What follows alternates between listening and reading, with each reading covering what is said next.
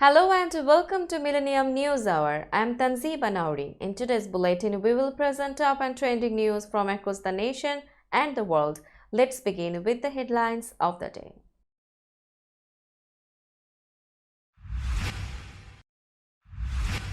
Biden and Modi meet Apple, Google CEOs and other executives as Indian Premier wraps state visit. Canada Transportation Agency launches investigation into Titan's mothership.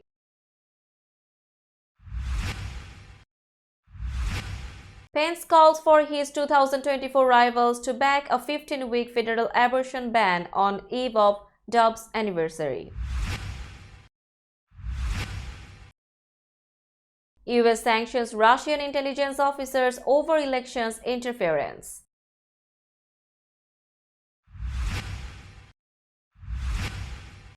$7.5 million baby shark bath toys are recalled after they cut or stabbed children.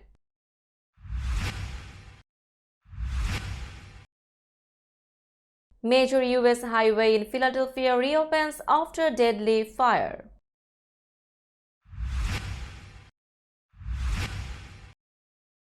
Four people found dead after fire at Little Rock home, cause under investigation.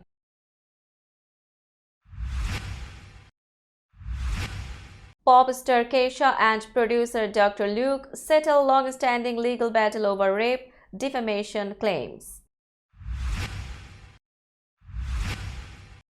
Tony-winning lyricist Sheldon Hernick, Fiddler on the Roof creator, dies at 99.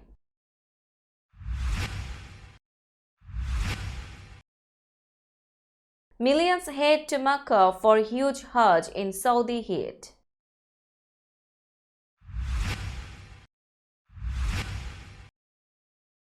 Biden-Modi urge Pakistan to act against extremist attacks.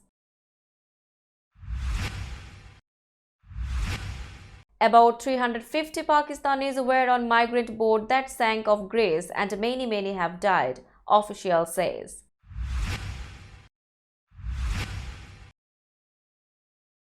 Facebook, Instagram to block news in Canada after bill passed.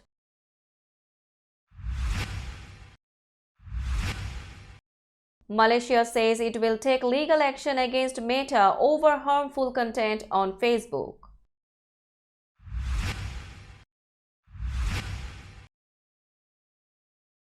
Neymar welcomes having Ancelotti as Brazil coach.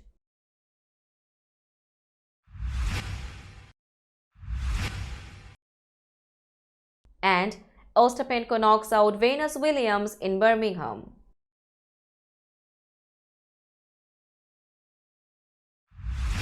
You were listening to headlines, now news in detail. President Joe Biden and Prime Minister Narendra Modi on Friday opened the final day of the Indian Prime Minister's 4-day US visit by meeting top American and Indian executives as the leaders look to increase cooperation on artificial intelligence, semiconductor production, and space. The leaders are putting a spotlight on the Innovation Handshake, a new initiative aimed at addressing regulatory hurdles that stand in the way of cooperation between the two countries and promoting job growth in emerging technologies. Our countries are taking innovation and cooperation to new levels, Biden told the group, which included Apple CEO Tim Cook, Google CEO Sundar Pichai, and Microsoft CEO Satya Nadella. We are going to see more technological change in the next 10 years than we have seen in the last 50 years.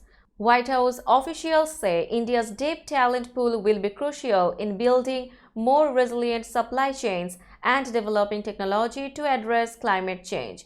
All this comes as the administration has sought to put the US-India relationship on a higher plane in the face of an ascendant China in the Indo-Pacific. Modi commended Biden for seeing the possibility that India represents. The Transportation Safety Board of Canada said Friday it's launching an investigation involving the loss of the Titan that will focus on the cargo vessel Polar Prince. Polar Prince is a Canadian-flagged ship that served as mothership to the Titan submersible. The Transportation Safety Board will investigate the Polar Prince in its role as a support vessel and will conduct a safety investigation into the circumstances of the operation, the agency said. The agency said a team of investigators is traveling to St. John's, Newfoundland and Labrador to gather information and conduct interviews. It said it will coordinate with other agencies in the days ahead. There were 17 crew members and 24 people on board the Polar Prince, the agency said.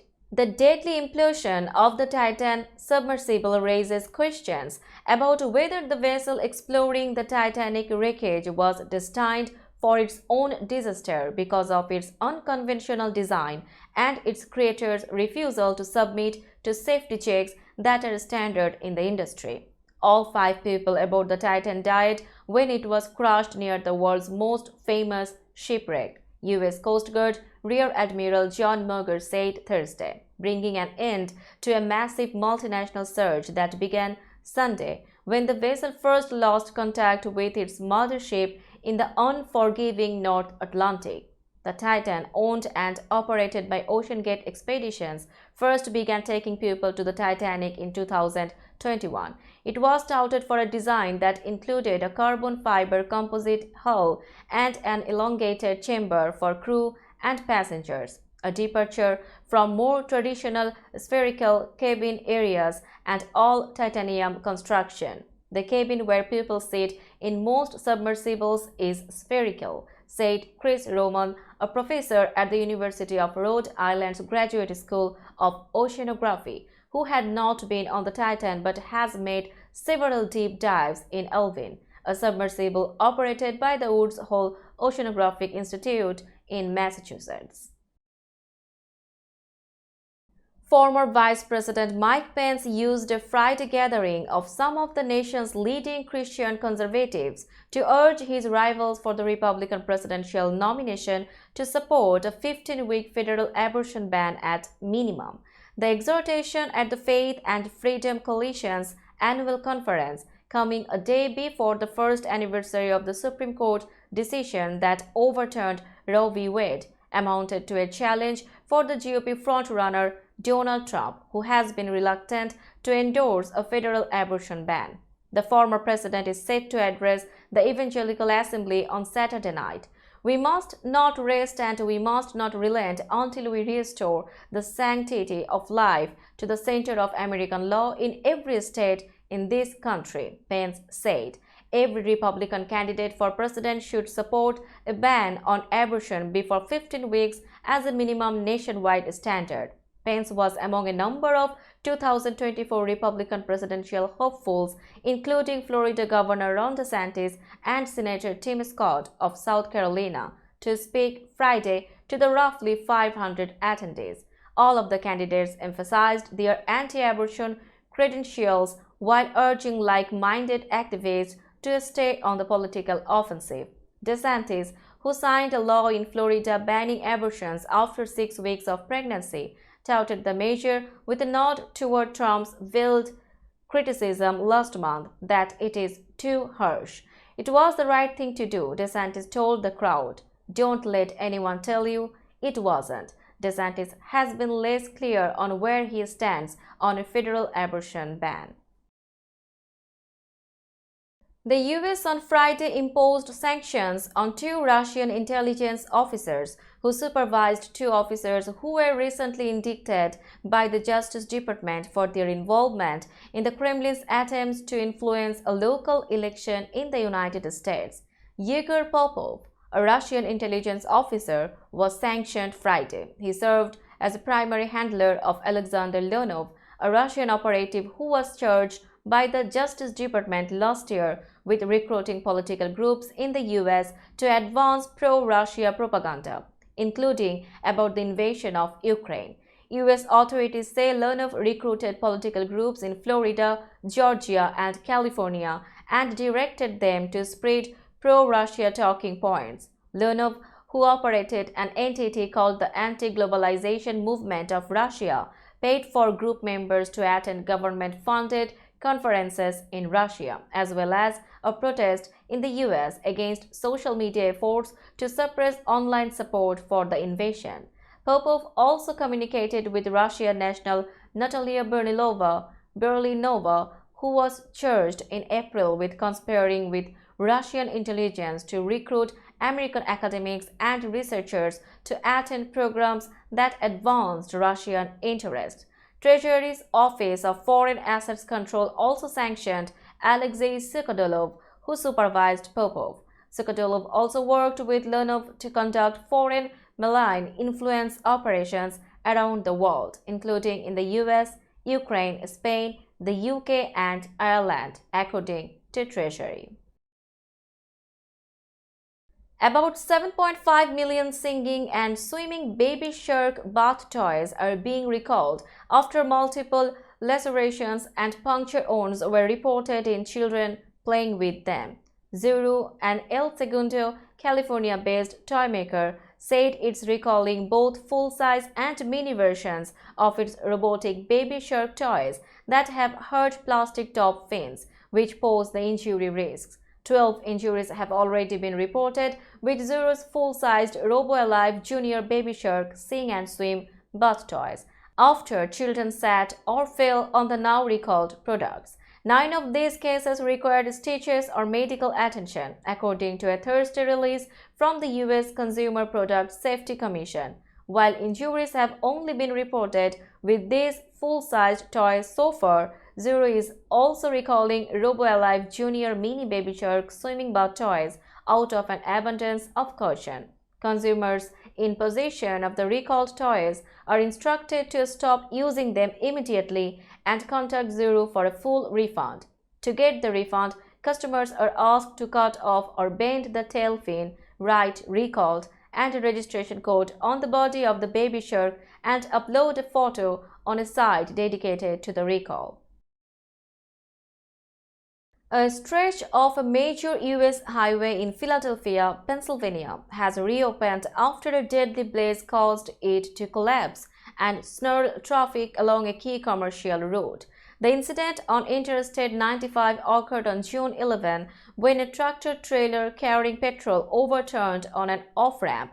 The driver was killed and the resulting fire caused an elevated portion of the highway to collapse. I-95 is an arterial route for individual and commercial traffic along the U.S. East Coast. It stretches from the Canadian border in Maine to the southern tip of Florida. The office of Pennsylvania Governor Josh Shapiro announced the highway would open by noon on Friday, ahead of the expected finishing date. Experts told us on the first day it would take months to reopen I-95, but because of the hard work of our outstanding tradesmen and women and our all-hands-on-deck approach, we are now on track to reopen I-95 just about 2 weeks after the collapse, Shapiro tweeted on Thursday. The closure had snarled traffic in and around Philadelphia, located between New York City and Washington, D.C., and threatened to raise the cost of consumer goods as truckers were forced to find detours. The newly constructed stretch of highway will be temporary and is actually a new road that bypasses the area of the collapse. Authorities are investigating after 4 people were found dead following a fire at a home in southwest Little Rock on Friday morning.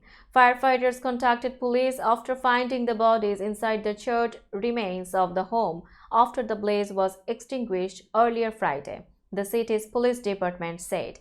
Police did not have ages for the 4 deceased. The bodies were transported to the Arkansas State Crime Lab for autopsy and identification and to determine cause of death. The fire department said the cause of the fire is under investigation. Pop star Kesha and producer Dr. Luke have settled nearly a decade of suits and countersuits over her accusation that he drugged and raped her and his claim that she made it up and defamed him, they announced Thursday, with the singer saying that only God knows what happened that night. Dr. Luke, meanwhile, said he was absolutely certain that nothing happened. I never drugged or assaulted her. Terms of the deal were not immediately disclosed, as both she and he revealed on Instagram that they had agreed to a resolution of the case and to a statement from each of them. Messages seeking comment were sent to their attorneys. "I cannot recount everything that happened," Keisha wrote, adding that she wishes nothing but peace to all parties involved. Dr. Luke, in turn, said he wished her well and wanted to put this difficult matter behind me after years of fighting to clear his name.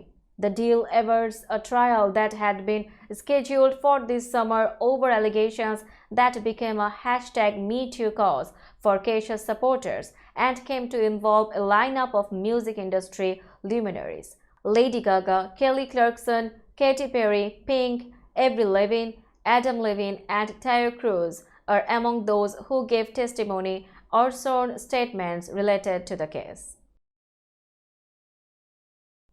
Tony and Grammy Award-winning lyricist Sheldon Hernick, who with composer Jerry Bock made up the premier musical theater songwriting duos of the 1950s and 1960s, with shows such as Fiddler on the Roof, Fiorello, and The Apple Tree, has died. He was 99. Known for his wry, subtle humor and deft wordplay, Hernick died in his sleep Friday in New York City of natural causes, said Sean Kurtz, Hernick's publicist. Broadway artists paid their respects on social media, with Shmigaton writer Cinco Paul calling him one of the all-time great musical theater lyricists, and actor Jackie Hoffman lovingly writing, "Like all brilliant persnickety lyricists, he was a pain in the tutus." Bock and Hernick first hit success for the music and the lyrics to Fiorello, which earned them each Tonys and a rare Pulitzer Prize in 1960. In addition, Hernick was nominated for Tonys in 1967 for The Apple Tree, in 1971 for The Rothschilds, and in 1994 for Cyrano the Musical. But their masterpiece was Fiddler on the Roof. Now it's time for global updates.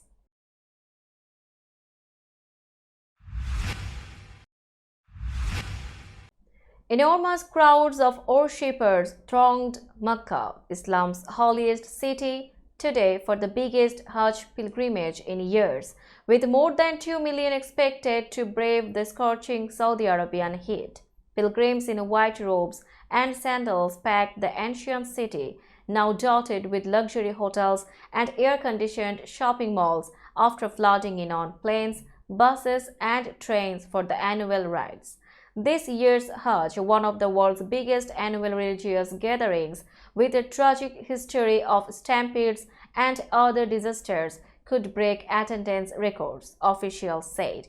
As the Hajj draws near, the Kingdom of Saudi Arabia prepares for the largest Islamic gathering in history. Minister of Hajj and Umrah Tawfiq Al-Rabia said in a video published by the ministry this week. Rites include circling the Kaaba, the large black cube in Mecca's Grand Mosque, praying on Mount Arafat, and stoning the devil by throwing pebbles at 3 giant concrete walls representing Satan. More than 2 million people from more than 160 countries will attend, Rabia said, a dramatic increase on the 926,000 from last year, when numbers were capped at 1 million post-pandemic. In 2019, about 2.5 million people took part. Only 10,000 were allowed in 2020, at the height of the COVID-19 pandemic, rising to nearly 59,000 a year later. The Hajj is among the 5 pillars of Islam and must be undertaken by all Muslims with the means at least once in their lives. US President Joe Biden and Indian Prime Minister Narendra Modi have called on Pakistan to act to ensure that its territory is not used to launch extremist attacks, the White House said in a joint statement on Thursday. They strongly condemned cross-border terrorism, the use of terrorist proxies, and called on Pakistan to take immediate action to ensure that no territory under its control is used for launching terrorist attacks, the White House said. Relations between nuclear-armed neighbors India and Pakistan have been fraught for years. Since British colonial rule in the Indian subcontinent ended in 1947, India and Pakistan have fought 3 wars, 2 of them over the Muslim-majority Himalayan region of Kashmir, which they both claim in full but rule in part. India has for years accused Pakistan of helping Islamist militants who have battled Indian security forces in its part of Kashmir since the late 1980s. Pakistan denies the accusation and says it only provides diplomatic and moral support for Kashmiris seeking self-determination. The special status given to the Indian state of Jammu and Kashmir was revoked in 2019 when New Delhi split it into 2 federally controlled territories. Pakistan calls the moves illegal and wants them rolled back. India's decision led the 2 countries to downgrade their diplomatic ties. Pakistan's Interior Minister said Friday that an estimated 350 Pakistanis were on board an overcrowded fishing boat carrying migrants that sank off Greece last week, and many remain missing and may have died in one of the deadliest incidents in the central Mediterranean Sea. Interior Minister Rana Sanaullah Khan told lawmakers in the National Assembly that an estimated 700 migrants were on the boat when it sank June 14. Only 104 people, including 12 Pakistanis, were rescued and 82 bodies have been recovered. The total number of people on the ship has not been confirmed. Khan said many of the missing Pakistanis are feared dead. So far, 281 families have contacted the government saying their sons or dear ones might have been among those who were on the boat, he said. Khan's comments shocked the lawmakers, who appeared distressed as he spoke. It was the first time a senior official has reported that so many Pakistani citizens were missing since the boat sinking. Officials are currently collecting DNA samples from people who say their relatives were on the vessel to help in the identification of the bodies. Facebook and Instagram users in Canada will be blocked from viewing Canadian news after the country passed a bill requiring digital giants to pay for such content. The new law requires digital giants to make fair commercial deals with Canadian outlets for news and information that is shared on their platforms or face binding arbitration. It builds on Australia's new media bargaining code, a world's first aimed at making Google and Meta pay for news content on their platforms. Australia, too, had accused the 2 companies who dominate online advertising of draining cash away from traditional news organizations while using their content for free. Google, another critic of the Online News Act, has previously said it is considering a similar move. The 2 Silicon Valley giants have pushed back against the bill, which aims to support a struggling Canadian news sector that has seen hundreds of publications closed in the last decade. Malaysia's government said Friday it will take legal action against Facebook's parent company Meta Platforms for failing to remove undesirable and harmful content from its social media platform. The Malaysian Communication and Multimedia Commission said Facebook has recently been plagued by a significant volume of undesirable content relating to sensitive issues on race, religion, and royalty, as well as defamation, impersonation, online gambling, and scam advertisements. The Commission said repeated efforts to reach out to Meta to remove harmful content were of no avail. Meta's response, which has been sluggish and unsatisfactory, has not met the urgency of the matter and has led to increasing public concern and scrutiny, it said in a statement. As there is no sufficient cooperation from Meta, MCMC has no option but to take definitive steps or legal action against Meta as a measure to ensure that people are secure and protected in the physical sphere. The Commission said it will not tolerate abuse of online platforms and telecommunications services for malicious cyber activities, phishing, or any content that threatens racial stability, social harmony, and defies respect for the rulers. Malaysia has 9 ethnic Malay state rulers whose role is largely ceremonial but held in esteem among the country's Malay majority.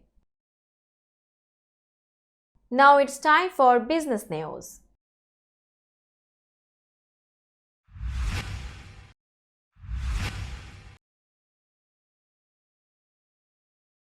Today's New York stock close price is 15,469.35. The NYSE Composite is decreased by 131.35 points or 0.84%.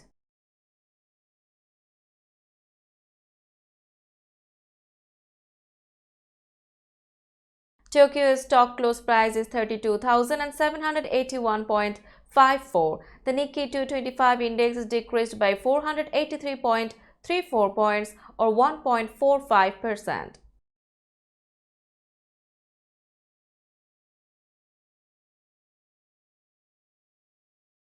Shanghai stock close price is 3,197.90. The Shanghai index is decreased by 42.46 points or 1.31%.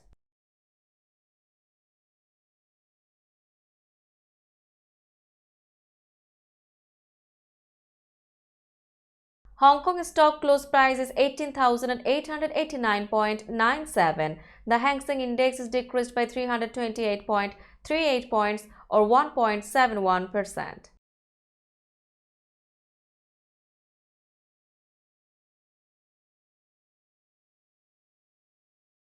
Bombay stock close price is 62,979.37. The Sensex index is decreased by 259.52 points or 0.41%. Let's have a look on today's sports stories.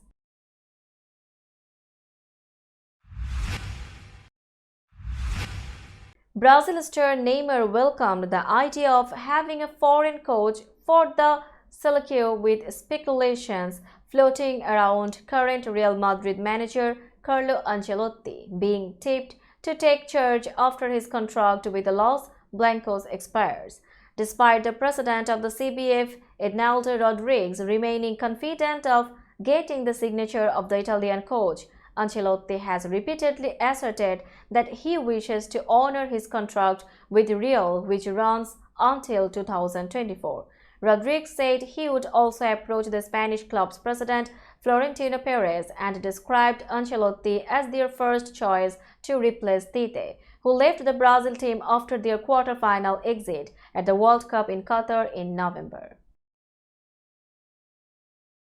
Venus Williams narrowly failed to reach her first WTA quarterfinal in 4 years as the American legend was beaten by Jelena Ostapenko in the second round in Birmingham on Thursday. Williams had enjoyed her first victory over a top 50 opponent in 4 years on Monday when the former world number 1 beat Camila Giorgi in her Birmingham opener.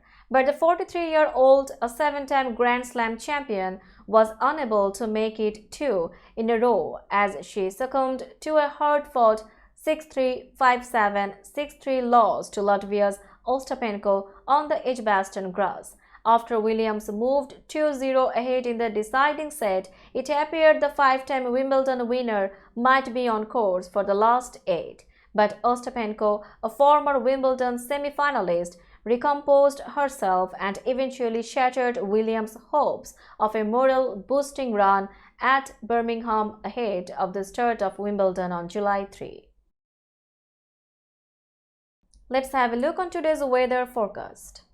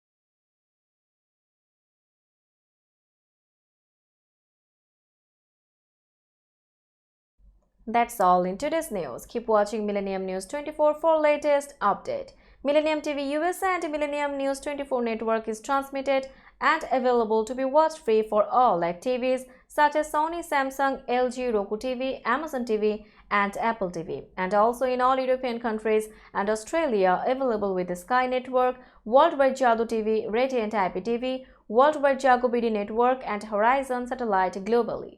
Stay connected with us for all types of informative and entertainment program. Thank you.